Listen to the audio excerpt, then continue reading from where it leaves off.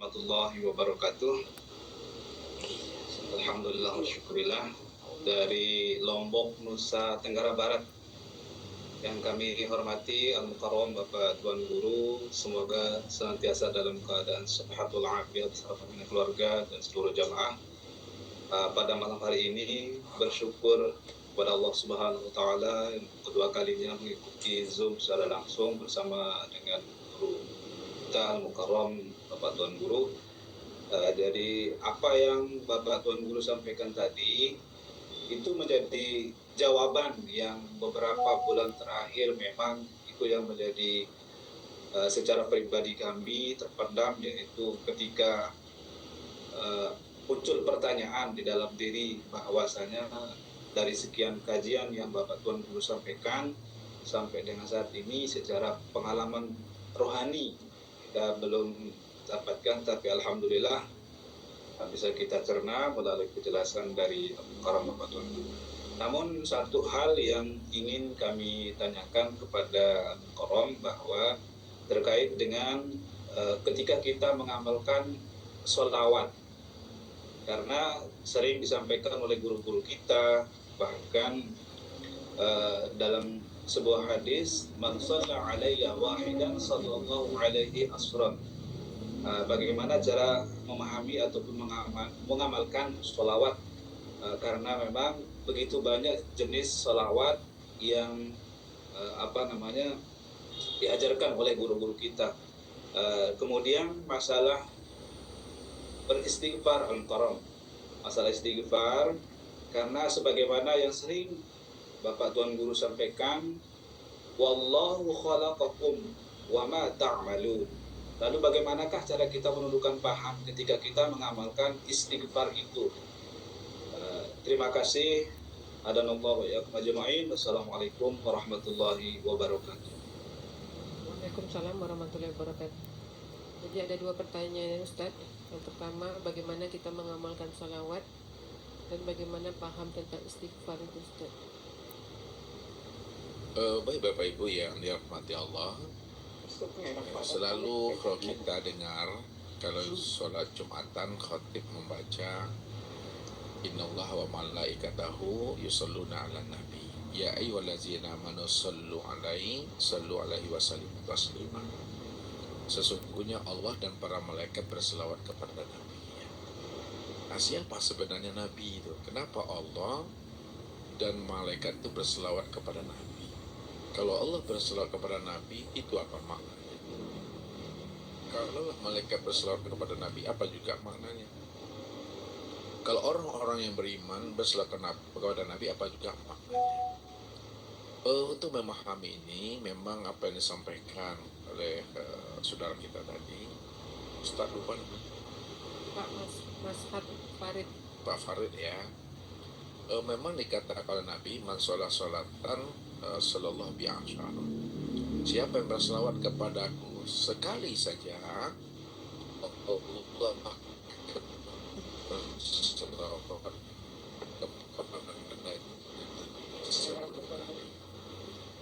kalau kita berselawat kepada Nabi, terima kasih kita kepada beliau. Kalau bukan beliau yang menghantarkan tauhid ini dengan sempurna, maka hari ini kita akan pada bisa menyenangkan Allah itu dengan baik dan sempurna. Makanya selawat kita kepada beliau menunjukkan tanda bukti syukur atau terima kasih kita kepada beliau. Ya, maka Allah berselawat kepada dirinya 10 kali. Itu maknanya Allah akan memberi rahmat dan anugerahnya kepada kita sebagaimana Allah memberi rahmat dan anugerahnya kepada nabinya. Kenapa? Karena Nabi itu dikatakan Sayyidul Anbiya, dia penghulu sekali para nabi dan para rasul. Disitulah rahasianya. Kalau Allah berselawat kepada Nabi, itu maknanya Allah memberikan anugerah, memberikan rahmat kepada Nabi-Nya. Kalau kita sebagai terima kasih. Jadi kalau kita berselawat kepada Nabi, Allah akan berselawat kepada kita 10 kali. Itu maksudnya tadi, Allah memberi rahmat dan anugerah kepada kita sebagaimana Allah memberi rahmat dan anugerah kepada nabinya. Kalau malaikat berselawat kepada Nabi, itu meminta ampunkan kepada Allah ya terhadap nabinya. Itu tentang rahasia namanya selawat. Kemudian bagaimana tata cara atau cara berselawat itu? Makanya seorang sahabat ya, bertanya kepada Rasul, ya Rasulullah, bagaimana cara kami berselawat kepada engkau ya Rasul? Bagaimana caranya Rasul? Kalau engkau berselawat kepada aku, cukup kamu baca Allahumma sholli ala Muhammad wa ala ali Muhammad. Kalau mau dilanjutkan sampai habis, tidak apa-apa, itu namanya selawat Ibrahim. Jadi cukup kita mengatakan Allahumma sholli ala Muhammad wa ala ali. Itu yang pertama. Yang kedua, secara makna hakikat. Nah, ketika kita berselawat kepada Muhammad, Allahumma sholli ala Muhammad wa ala ali Muhammad, itu kita mesti memahaminya secara makna hakikat. Karena Muhammad itu ya, dipahami secara kaji tauhid. Ada Muhammad secara majazi, ada Muhammad secara hakiki.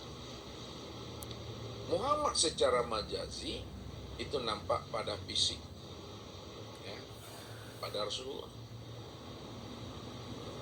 Muhammad secara makna hakiki itu yang dikatakan namanya Nur Muhammad.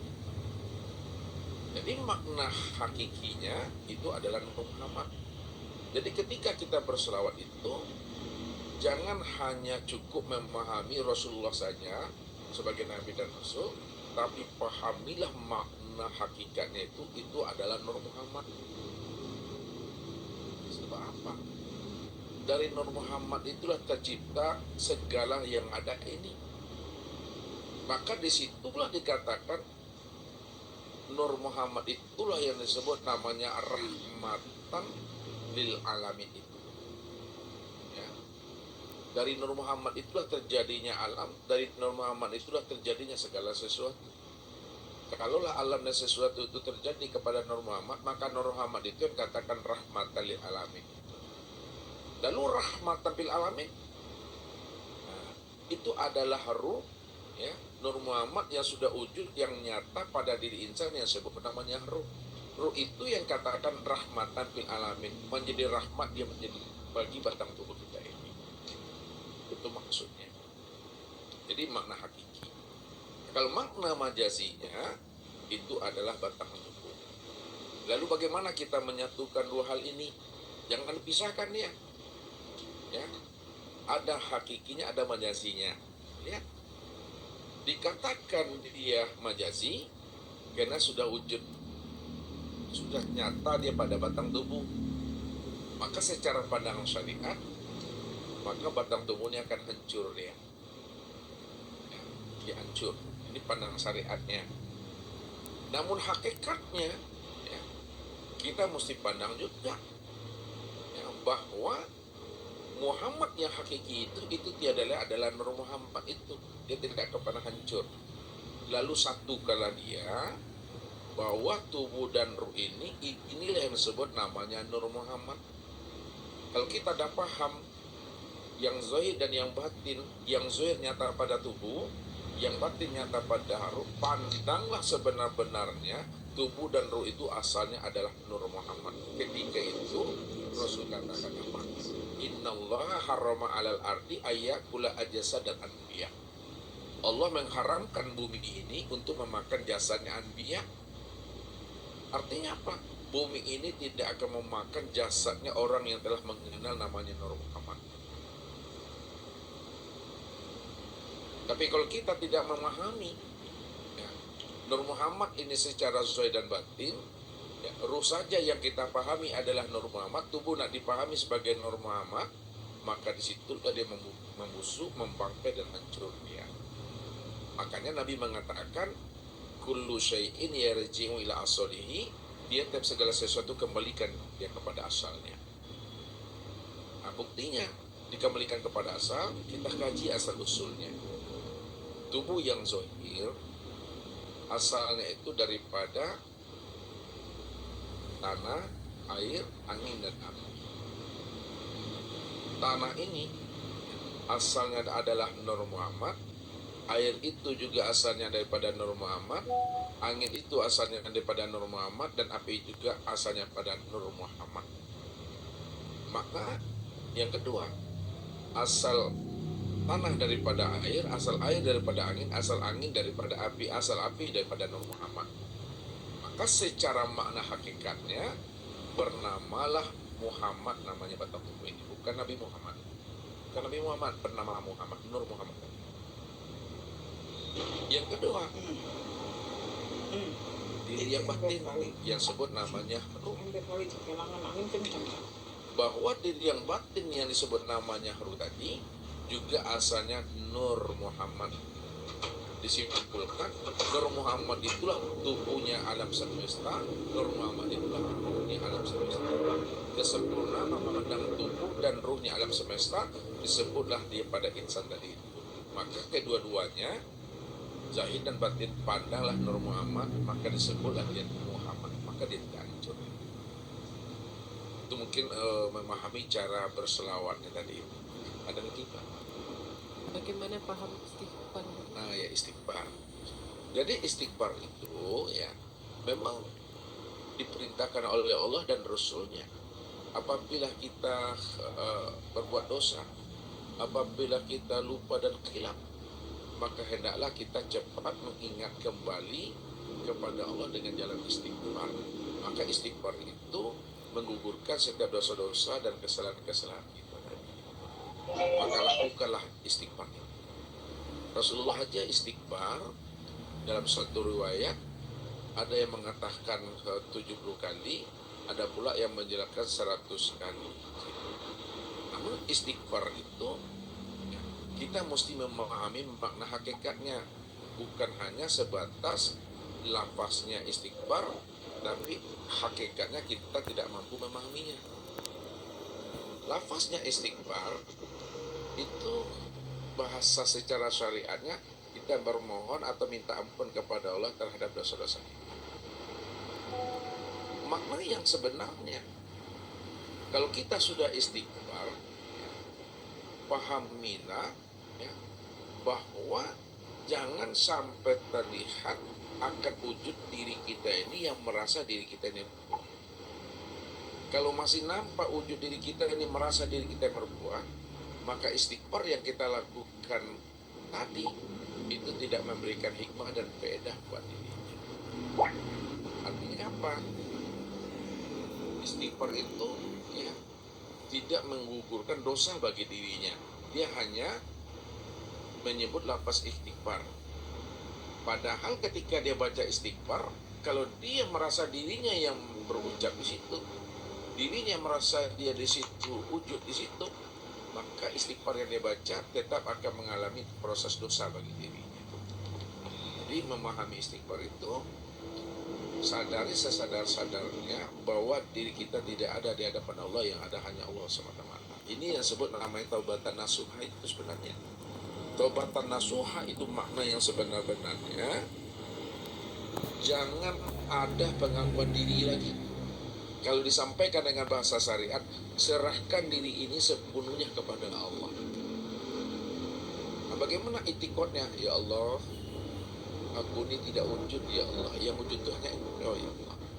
Ya Allah, aku ini tidak melihat dan tidak mendengar, ya Allah. Yang melihat dan mendengar itu hanya Engkau, ya Allah. Ya Allah, aku ini tidak berkata, yang berkata hanya Engkau, ya Allah. Aku tidak berilmu, aku tidak berkuasa berkehendak dan hidup, ya Allah. Yang berilmu, berkuasa berkehendak dan hidup hanya Engkau, ya Allah. Nah, itu diitikadkan. Makanya ketika kita duduk pada maqam ilmu tariqah, selalu kita itikadkan dalam hati, la mawjudan bil haqqi illallah, la sami'an, la basiran, la mutakaliman, la aliman, la khadiran, la muridan, la hayya bil haqqi illallah. Tidak ada yang mendengar, melihat, berkata, mengetahui, berkuasa, berkehendak dan hidup hanya Allah semata-mata. Nah, kalau tidak ada lagi wujud kita yang terlihat di situ, Itulah makna istighfar yang sebenar-benarnya. Kalau kita istighfar, masih ada juga kitanya yang istighfar, kita yang melihat, belum lagi dikatakan namanya orang yang istighfar secara makna hakikat. Ucapannya istighfar, tapi hatinya itu masih kafir di hadapan Allah. Maka istighfar yang sebenar-benarnya itu, pahami makna hakiki di balik lafaz itu yang sesungguhnya. Karena ketika kita